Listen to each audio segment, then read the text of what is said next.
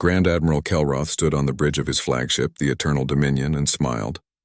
Before him stretched a fleet of 3,000 warships, the largest armada the Zalthorian Empire had assembled in 2 centuries. Their destination was a small blue planet orbiting an unremarkable yellow star. The natives called it Earth. The intelligence reports made Kelroth's smile wider. These humans were primitives, barely capable of leaving their own atmosphere. Their fastest ships used chemical rockets, laughably slow compared to Zalthorian faster-than-light drives. They communicated using radio waves, technology the Empire had abandoned 3,000 years ago. They were perfect targets for conquest. "Grand Admiral, we have entered the system," reported his tactical officer, a young Zalthorian named Vekran, dropping out of faster-than-light travel now. The view screen flickered and suddenly Earth appeared before them, hanging in the black void like a jewel. Its oceans reflected the light of its sun, and white clouds swirled across its surface. Kelroth had seen 847 worlds bow before the Empire. This would be number 848. "Deploy the fleet in standard intimidation formation," Kelroth ordered. "I want every ship visible from their surface. Let them see their doom and despair."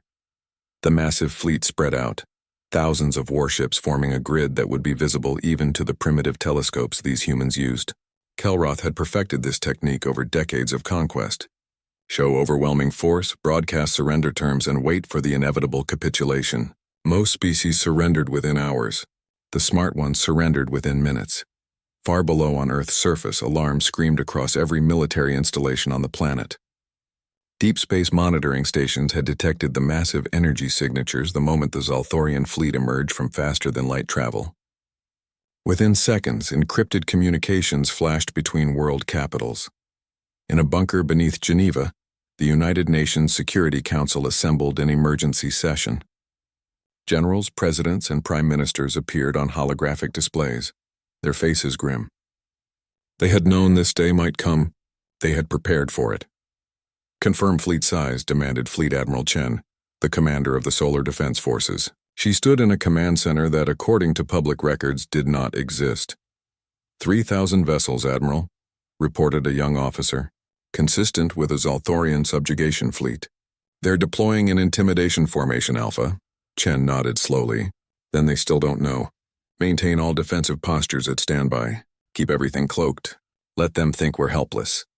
Across Earth, military forces went to maximum alert, but the general population noticed nothing unusual. News broadcasts continued their normal programming. People went to work, attended schools, lived their lives. They did not know that an alien armada sat in orbit above their heads, preparing to demand their surrender. On the Eternal Dominion, Kelroth reviewed the surrender broadcast one final time. It was translated into 400 languages, all intercepted from Earth's careless radio transmissions over the past century. The message was simple and direct. "Attention, natives of the planet Earth," Kelroth began recording. "I am Grand Admiral Kelroth of the Zalthorian Empire. Your world has been selected for incorporation into Imperial territory. You have 6 of your hours to surrender unconditionally. Transmit your acceptance on all frequencies. Gather your leaders in your largest city to receive Imperial representatives. If you refuse, we will initiate cleansing protocols. Your cities will burn. Your people will die. Your civilization will end. Choose wisely." He transmitted the message, watching it beam toward the blue planet below. Kelroth poured himself a glass of Veltarian wine, a luxury from a world the Empire had conquered 80 years ago. He would finish the bottle before these humans responded. They always took time to argue among themselves before accepting the inevitable. In Geneva, the UN Secretary-General listened to the alien message, her face expressionless. Around the table, other world leaders showed similar calm. They had heard worse threats during the simulations. They had prepared for this moment for 80 years. "Fleet Admiral Chen," the Secretary-General said quietly, "you have authorization to respond as you see fit." Chen smiled, though there was no warmth in it. Transmitting response now. The message that reached the Eternal Dominion was brief, delivered in flawless Zalthorian language. "Grand Admiral Kelroth, you have made a grave mistake. You have one chance to leave this system peacefully. We strongly suggest you take it." Kelroth stared at the message, then burst into laughter. His bridge crew joined him, their mocking sounds echoing through the command center. A pre-faster-than-light species daring to threaten the Empire?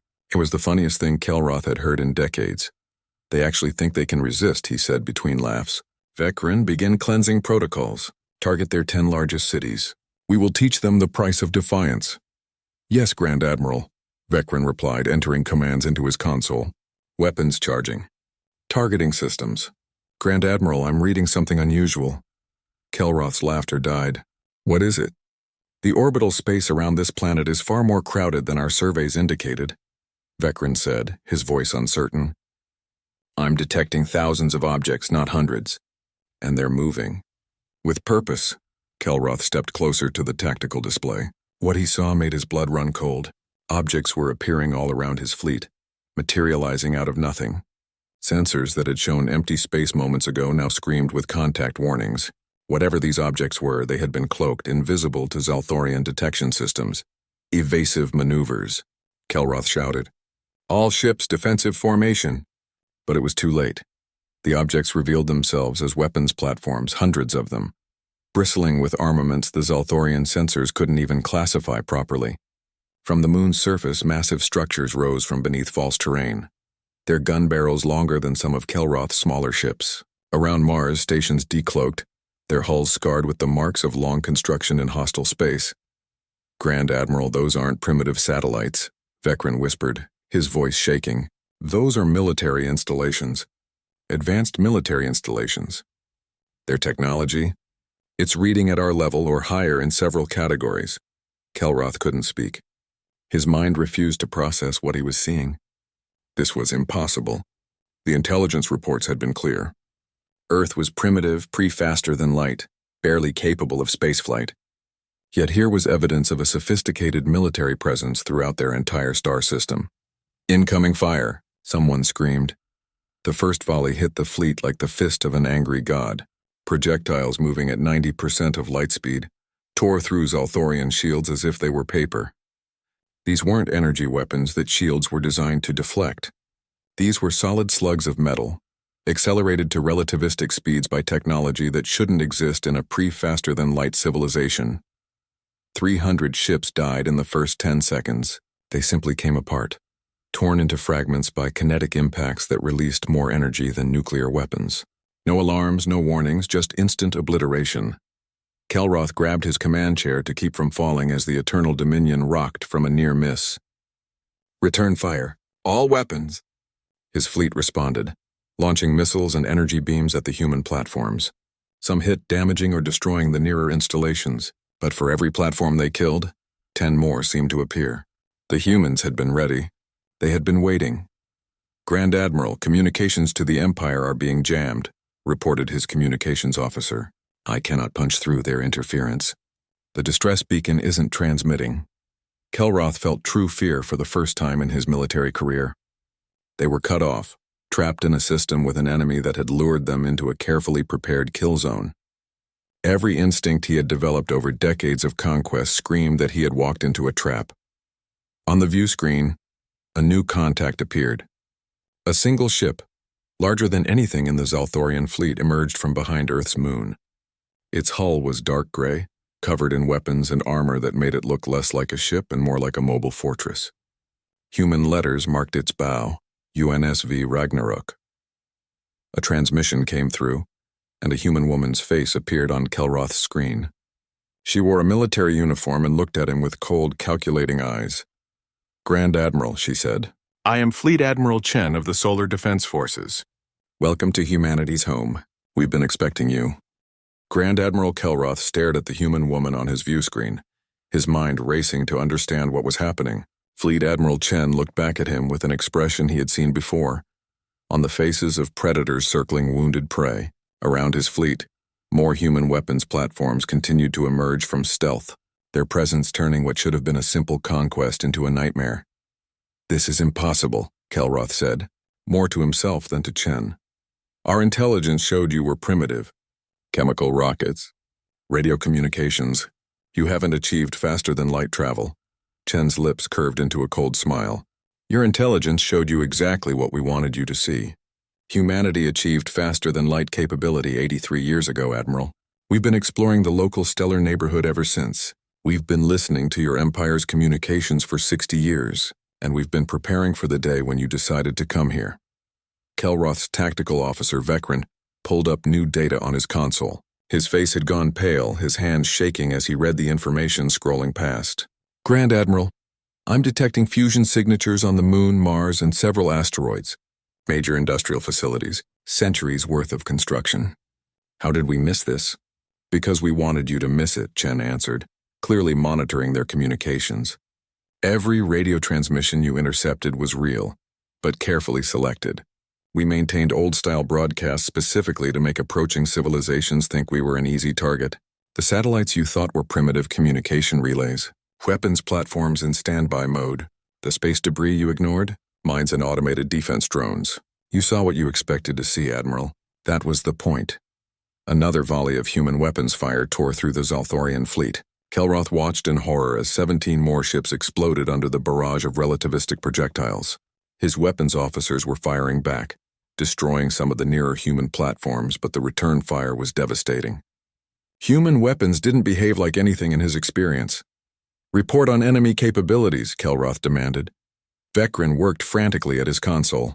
Their primary weapons appear to be mass drivers firing solid projectiles at 0.92 light speed. Our shields are designed for plasma and energy weapons, not kinetic impacts at those velocities.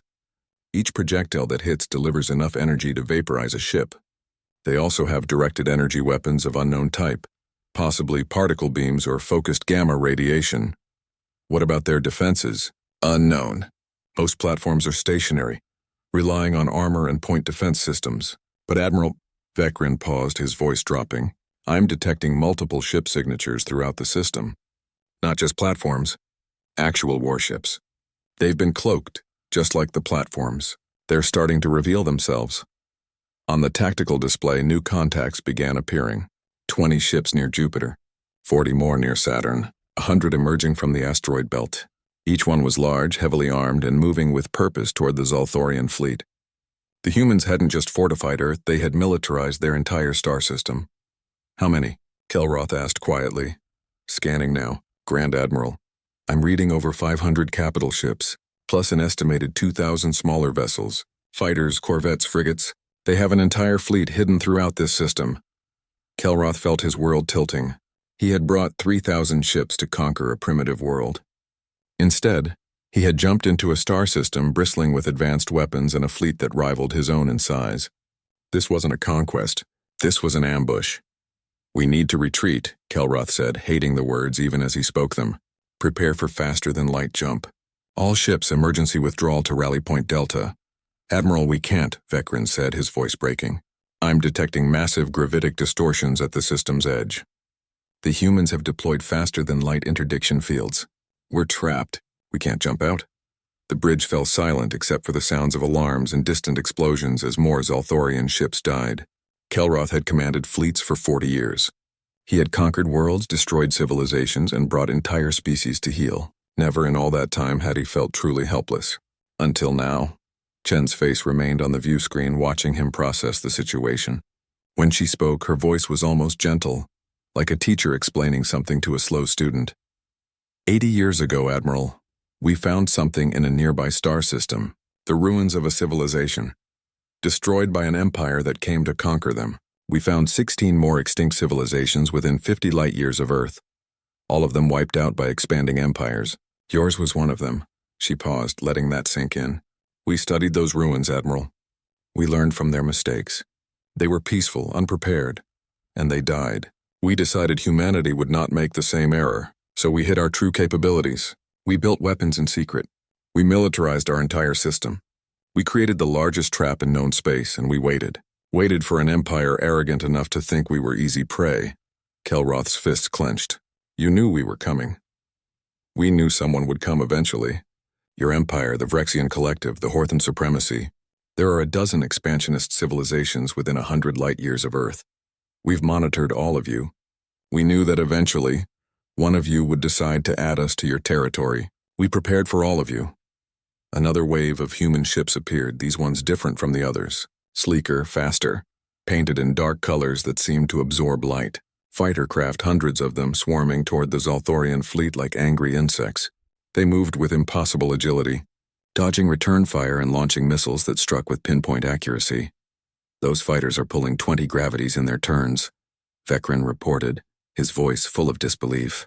No Zalthorian pilot could survive those accelerations.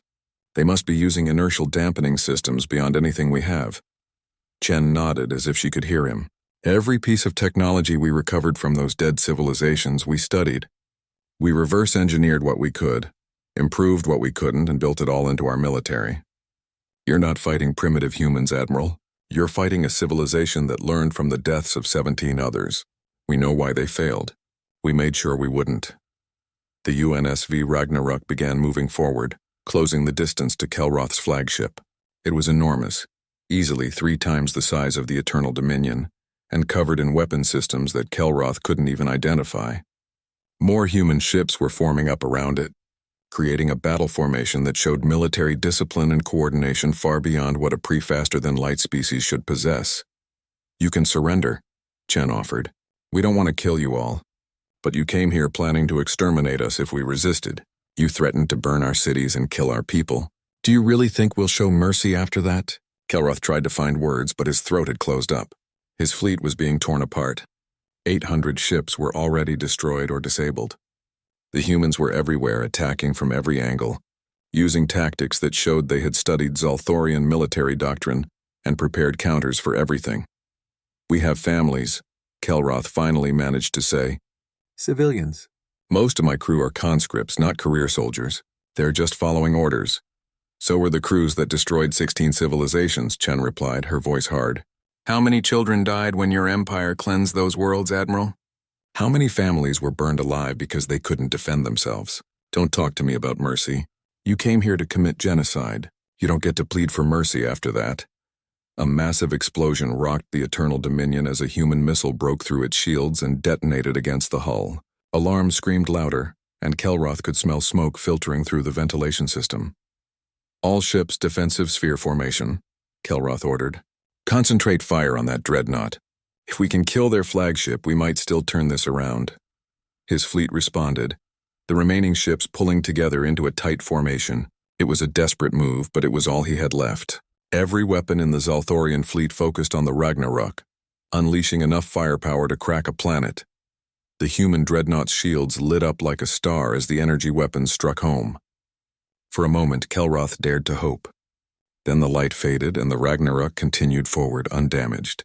Its shields had held against the combined firepower of 2,000 warships. That's impossible, Vecren whispered. Nothing is impossible, Chen said. You just haven't learned what's possible yet. This is your last chance, Admiral. Surrender now or we'll dismantle your fleet piece by piece. And then we're coming for your empire. Kelroth looked at his remaining ships on the tactical display. 2,100 down from 3,000. And the humans were just getting started. He thought about his family back on the homeworld. His daughter, who had just started military academy. His son, who wanted to be a scientist. Would he ever see them again? But he was Zalthorian. He was a Grand Admiral of the Empire. He had never surrendered in his life. Pride, that ancient and terrible thing, made his decision for him. All ships, he said slowly. Continue firing. We will fight until we cannot fight anymore. For the Empire. The space around Earth burned with the fury of 2 civilizations at war. Zalthorian ships died by the dozens, their hulls torn apart by weapons moving faster than thought. Human platforms and ships pressed their attack from every direction, never giving the alien fleet a moment to recover or regroup. Grand Admiral Kelroth watched his tactical display with growing horror as red icons representing his ships blinked out one after another. Concentrate all fire on their smaller vessels, Kelroth ordered. If we can't break their dreadnoughts, we'll destroy their support ships. His fleet obeyed, switching targets to the human frigates and destroyers that darted between the larger vessels. Some of the shots connected, and Kelroth felt a moment of satisfaction as 3 human ships exploded under Zalthorian fire. But for every human ship destroyed, 20 more Zalthorian vessels died. The exchange rate was catastrophic. On the bridge of the UNSV Ragnarok, Fleet Admiral Chen watched the battle unfold with cold efficiency. She stood at the center of her command deck, surrounded by holographic displays showing every ship, every weapon, every movement in the combat zone. Her officers worked silently, coordinating attacks with precision that came from years of training for this exact scenario. "They're going after our lighter ships," reported Commander Price, her tactical officer, trying to even the odds. "Let them," Chen replied. "Every second they waste on targets that don't matter is another second we use to destroy what does. Continue the main assault. Target their command ships, their carriers, anything with 3 or more weapon batteries. I want their fleet broken beyond any hope of recovery." The human ships moved with purpose, their formations showing military discipline perfected over decades of simulation and training. Each captain knew their role. Each weapons officer had trained for years on these exact scenarios. Earth's military had not just prepared for this day. They had obsessed over it, building their entire defensive doctrine around a single principle. Any empire that threatened Earth's existence would be destroyed utterly and completely. Chen remembered the day 80 years ago when the exploration ship Discovery had found the ruins on Kepler 442b, a dead civilization. Their cities melted to glass by weapons fired from orbit. The archaeologists had found evidence of peaceful attempts at communication, offers of trade and knowledge. The empire that had come to their world had ignored all of it and exterminated them anyway. 17 more ruins had told the same story. 17 civilizations that had tried peace and died for it. Humanity had learned the lesson those dead species couldn't teach themselves. The galaxy was not a kind place. There were predators out here, species that saw other civilizations as resources to exploit or obstacles to remove, and the only way to survive predators was to become something worse. "They're trying to break through our left flank," reported another officer. "Route the 5th Battle Group to intercept," Chen ordered, "and activate the lunar mass drivers. Let's show them what real firepower looks like." On the moon's surface, massive cannons that had been hidden under false craters rotated toward the Zalthorian fleet. Each gun was 500 meters long, powered by fusion reactors buried deep underground. The projectiles they fired were simple slugs of tungsten, but accelerated to 95% of light speed. Each one carried the destructive power of a nuclear weapon. The guns fired in sequence, launching 50 projectiles per second into the heart of the Zalthorian formation. The slugs crossed the distance between the moon and the fleet in seconds, too fast for shields or point defense systems to intercept.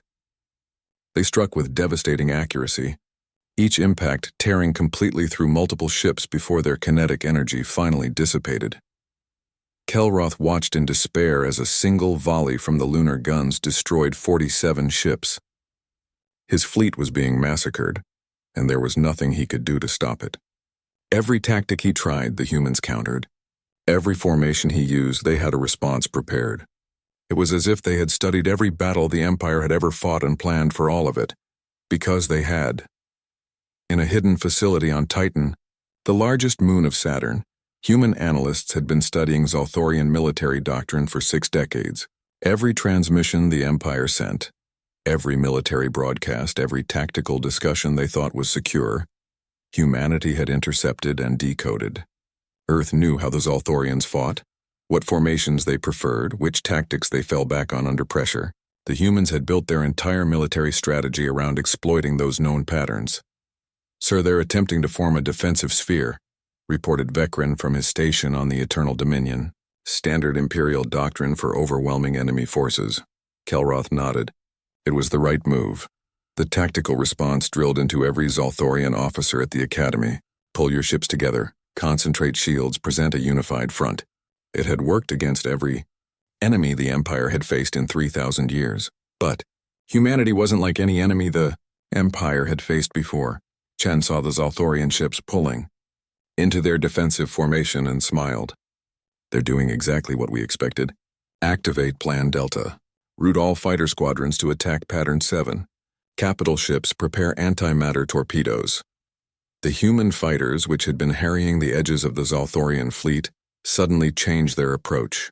They stopped attacking directly and instead began dropping objects into space, small spheres no larger than a human fist. Hundreds of them scattered throughout the area where the Zalthorian ships were gathering. "What are those?" Kelroth demanded. "Vekrin, scan them. Unknown devices, Admiral. They're not emitting any power signatures. They might be mines, but they're not activated. They're just floating there." The Zalthorian defensive sphere completed its formation. 2,000 ships pressed together, their shields overlapping to create layers of protection.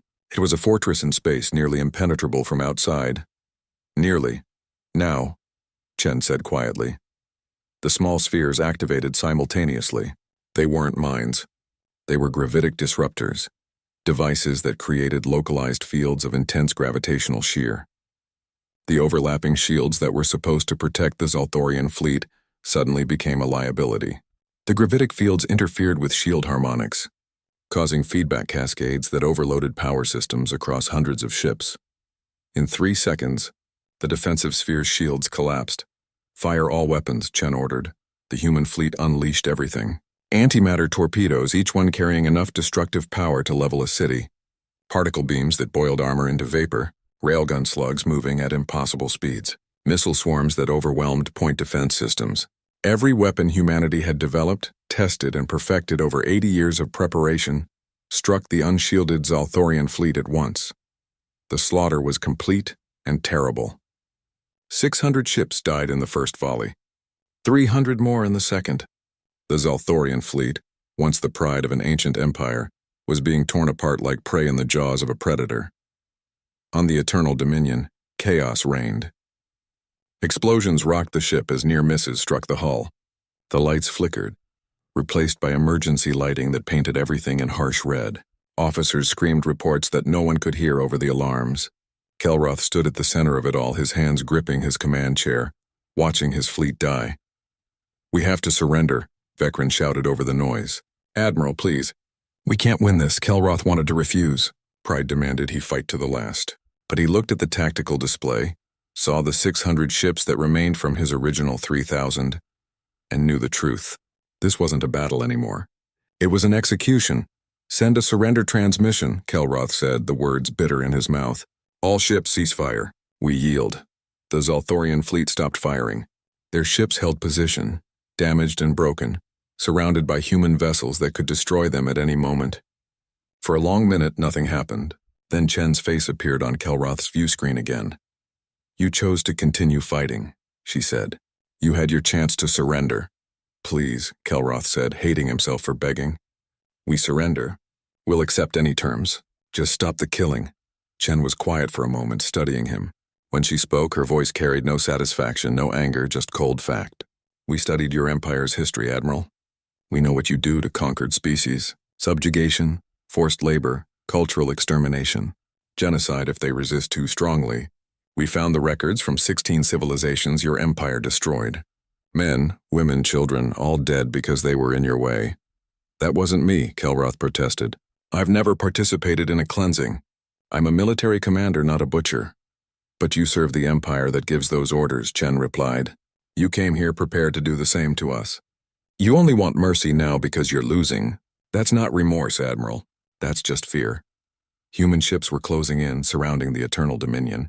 Kelroth could see armored figures moving along their hulls, preparing for boarding actions.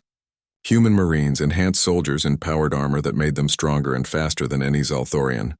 "We're bringing you in," Chen said. "You and every surviving member of your fleet will be detained. But understand this, Admiral. You started this war. We're going to finish it, and we're going to make sure your empire never threatens anyone again." Grand Admiral Kelroth stood in the detention cell aboard the UNSV Ragnarok, his hands bound with restraints that hummed with some kind of energy field. Through the transparent wall of his cell, he could see human Marines stationed at regular intervals, their weapons always ready. They weren't taking any chances with their prisoners. 3 days had passed since the battle. 3 days of watching through security feeds as human forces systematically dismantled what remained of his fleet. Every ship was being searched, stripped of weapons, and towed to designated holding areas.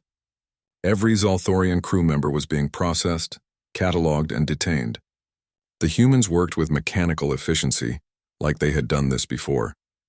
Kelroth had learned through careful listening to guard conversations that they had.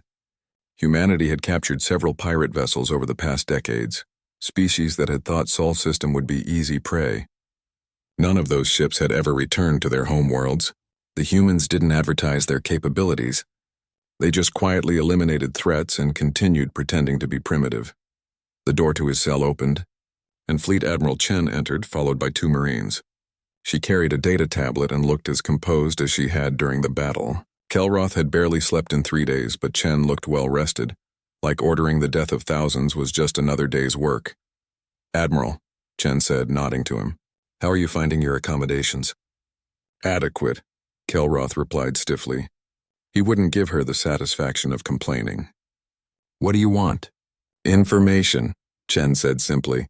She activated the tablet and a holographic display appeared between them. "Your empire spans 847 systems. We need to know military deployments, fleet positions, command structures, industrial centers. Everything." Kelroth laughed bitterly. "You think I'll betray my empire? I'm a Grand Admiral. I'll die before I give you that information." Chen tilted her head slightly, studying him. "You're thinking about this wrong, Admiral. We don't need you to tell us anything. We've been intercepting Zalthorian communications for 60 years. We already know most of what we need. Your ship's computers have provided the rest. I'm not here to interrogate you. I'm here to tell you what's going to happen next."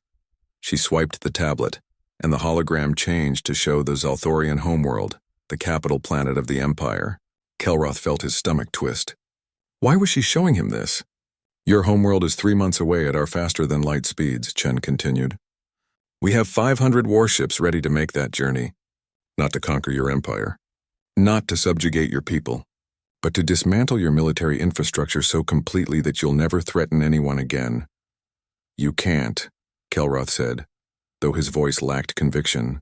"The homeworld has defensive fleets, orbital stations, thousands of ships. You'd never make it through." "You had 3,000 ships," Chen reminded him. "How did that work out for you?" "Admiral, we've studied your defensive deployments. We know where every major fleet is positioned. We know your response times, your defensive protocols, everything. We're not walking into this blind like you did." She swiped again, and the hologram showed tactical projections, human ships jumping into Zalthorian space, striking military targets with precision. It was a plan, detailed and comprehensive, showing exactly how humanity would tear apart the Empire's ability to wage war. "We're not monsters," Chen said. "We won't target civilians. We won't burn cities or exterminate populations. But every military shipyard, every weapons factory, every command center will be destroyed. We're going to leave your empire unable to threaten anyone beyond your own borders for the next century at least." Kelroth sank onto the bench in his cell, the full weight of his failure crushing down on him. "You're going to destroy everything we built.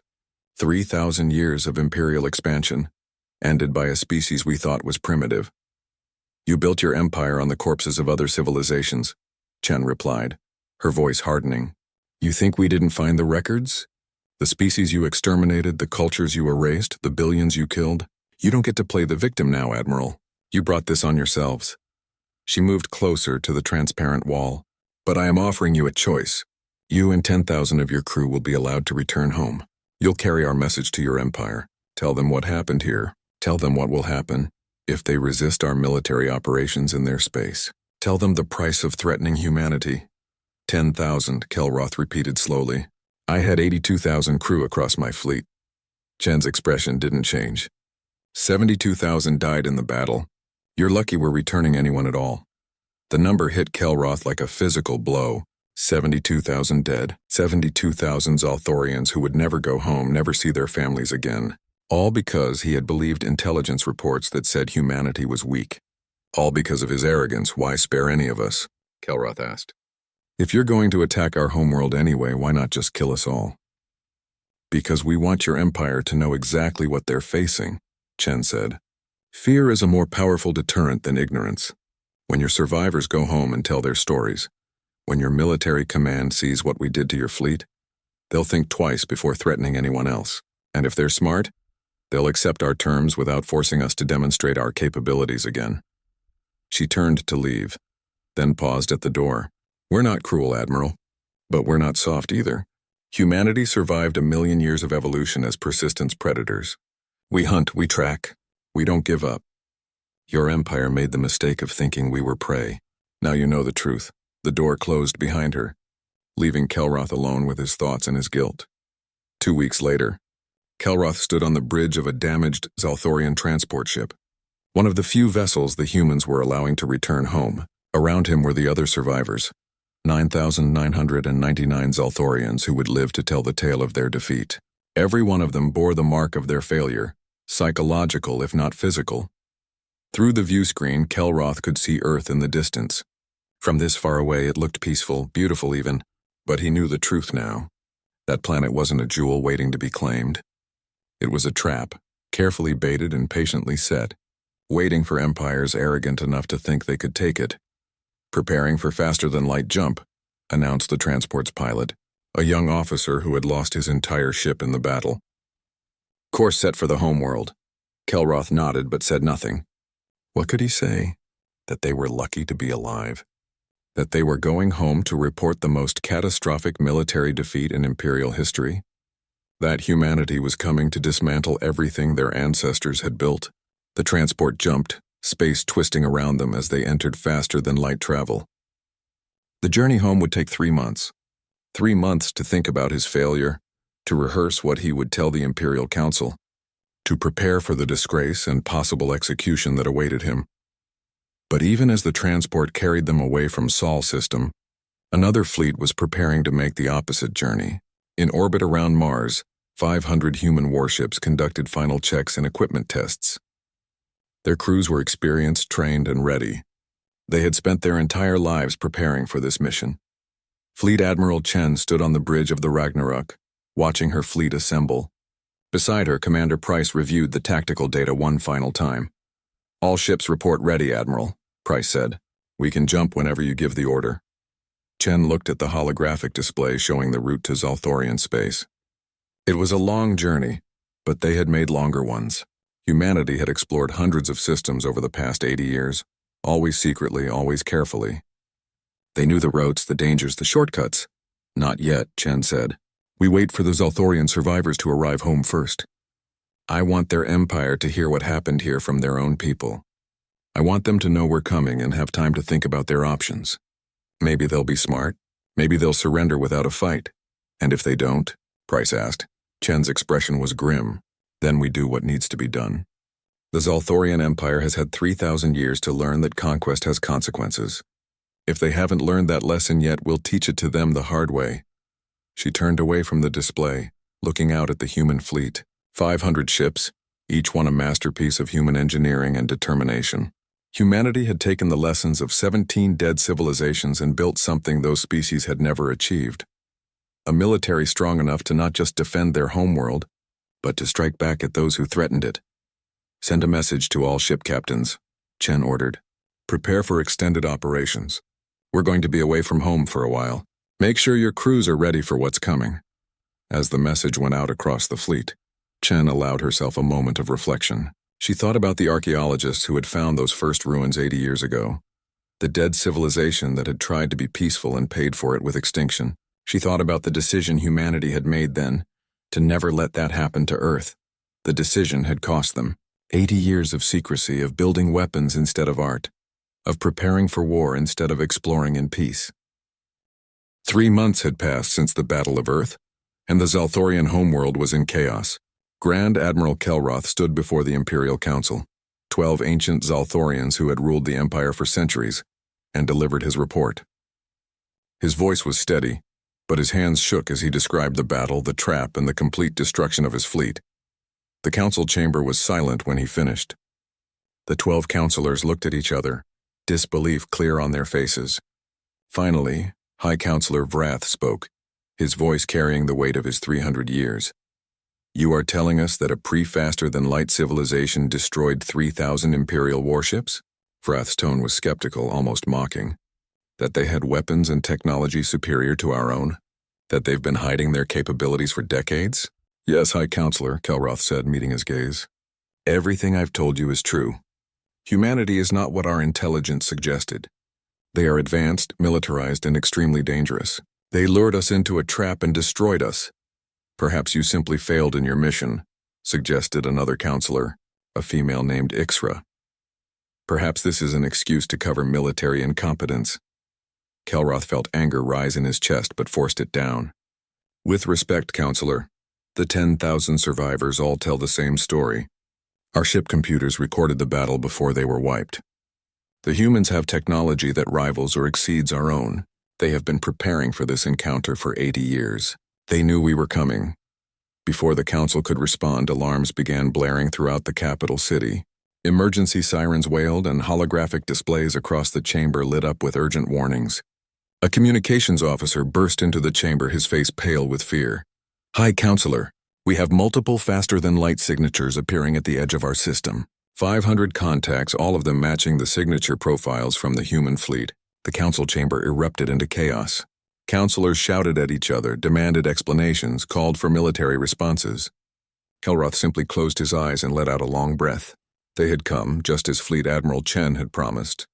Humanity was making good on their threat. "Activate all defensive fleets," Vrath commanded. "Scramble every ship we have. Prepare planetary shields." "It's too late," Kelroth said quietly, but his voice carried in the chamber. "They've had 3 months to plan this. They know where every ship is positioned, every defensive station, every weapons platform. You can try to fight them, or you can surrender and maybe save lives. Those are your only choices. A Grand Admiral of the Empire does not counsel surrender." Ixra shouted at him. "A Grand Admiral of the Empire doesn't lead 3,000 ships to their destruction either." Kelroth replied coldly. "But I did because I underestimated the humans. Don't make the same mistake. You've seen the battle records. You know what they're capable of. If you fight, thousands more will die, maybe tens of thousands." High Counselor Vrath stood, his aged frame trembling with emotion. For a long moment he stared at the displays showing the approaching human fleet. Then he seemed to deflate, looking every one of his 300 years. "Open a communication channel to the human fleet," he said softly. "Let us see what terms they offer." The main holographic display activated and Fleet Admiral Chen appeared. She looked exactly as Kelroth remembered, composed and professional, with those hard eyes that had seen through all his tactical plans and destroyed them one by one. "High Counselor Vrath," Chen said, nodding slightly. "I am Fleet Admiral Sarah Chen of the Solar Defense Forces. I believe you've heard from your survivors what happened when your armada came to our system." "We have," Vrath said, his voice carefully controlled. "And now you come to our homeworld with a fleet of your own. Are you here to do to us what you claim we would have done to you?" "No," Chen replied simply. "We're not here to exterminate your people or conquer your worlds. But your empire has been a threat to peaceful civilizations for 3,000 years. We found the records, Counselor. 17 extinct civilizations within 100 light-years of Earth, all destroyed by expanding empires. Your empire was responsible for 6 of them." The council chamber fell silent. Vrath's face had gone pale. Those operations had been classified, known only to the highest levels of Imperial government. How had the humans obtained that information? "We've been monitoring your communications for 60 years, Chen continued as if reading his thoughts. "We know about the genocides, the forced relocations, the cultural exterminations. You've built your empire on the bones of species that couldn't defend themselves. That ends today. What are your terms?" Vrath asked, his voice barely above a whisper. "Immediate dissolution of all Imperial military command structures above the planetary level," Chen said. "All warships above frigate class will be decommissioned. All slave species will be released and given independence. Human observers will be stationed throughout your former territory to ensure compliance. Any act of military aggression will result in immediate retaliation." "You're dismantling our empire," Ixra said, her voice full of anger. 3,000 years of expansion gone. You're destroying everything we built." "You built it on genocide," Chen replied, her voice hard. "You have 2 choices, Counselor. Accept these terms or we demonstrate our weapons on your military installations. We have targeting data for every shipyard, every weapons factory, every command center in your space. We can render your military incapable of interstellar operations within a week. Choose now." Kelroth watched the council members look at each other, saw the pride warring with pragmatism on their faces. They were thinking about fighting, about making a stand for Imperial honor. He almost laughed. Honor hadn't saved his fleet, and it wouldn't save the homeworld. "Accept their terms," Kelroth said into the silence. "Your pride isn't worth the lives of everyone in this system." Vrath looked at him for a long moment, then nodded slowly. "We accept," he said to Chen. "We will comply with your terms. Please, don't destroy our world." "We won't," Chen assured him. "As long as you keep to the agreement. We'll begin deployment of observer stations within the week. All military vessels have 48 hours to report to designated staging areas for decommissioning. The slave species will be contacted directly and offered transportation to independent worlds." The transmission ended, and the council chamber erupted again. Some counselors were shouting about humiliation and defeat. Others were quietly calculating how to salvage what they could from the situation. Kelroth simply walked out, ignoring their voices. He was done with the Council, done with the Empire, done with all of it. Over the next 17 days, the human fleet systematically carried out their campaign. They didn't occupy worlds or station troops on the ground. Instead, they destroyed military infrastructure with surgical precision. Shipyards that had produced warships for centuries were reduced to wreckage. Weapons factories exploded in carefully controlled demolitions. Command centers were evacuated and then demolished. The operation was clean, efficient, and relatively bloodless. Humanity gave advance warning before every strike, allowing personnel to evacuate. They weren't trying to kill Zalthorians. They were trying to remove the Empire's ability to threaten anyone. Across former Imperial space, the subject species watched in awe as their oppressors were humbled. The Vraxians, enslaved for 2 centuries, received ships and resources to establish their own colony. The Thren, whose homeworld had been strip-mined for resources, were given reparations and independence. 17 different species, all former slaves or conquered peoples, were freed in a matter of weeks. News spread across the galaxy at the speed of faster-than-light communications. The Zalthorian Empire, one of the oldest and most powerful civilizations in known space, had been broken by a species no one had heard of. A pre-faster-than-light civilization that had revealed itself as anything but primitive. Other empires took notice. The Vrexian collective quietly canceled their planned expansion into human space. The Horthan Supremacy updated their star charts to mark Sol system as forbidden territory. Dozens of civilizations that had been monitoring Earth suddenly lost interest in the region. A new designation appeared in galactic databases, Apex Predator Civilization. It was reserved for species that other civilizations should avoid at all costs. Humanity was the first species to earn that designation in over 1,000 years. 6 months after the Battle of Earth, ambassadors from 200 species requested peaceful contact with humanity. They came offering trade, knowledge, cultural exchange. They came in peace because they had learned what happened to those who came with hostile intent. Fleet Admiral Chen stood in the new United Nations Assembly Hall, which had been expanded to accommodate representatives from across human space, and now alien diplomats as well. She gave the same speech to each delegation that arrived. Humanity doesn't seek to conquer, she told them. We don't want your territory or your resources. We want to be left alone to develop in peace. But if you threaten us, if you threaten any species that cannot defend itself, we will respond. We have the capability and the will to defend not just ourselves but others. Remember that. The ambassadors always nodded, always agreed, always left with new respect and fear for humanity. Word spread further.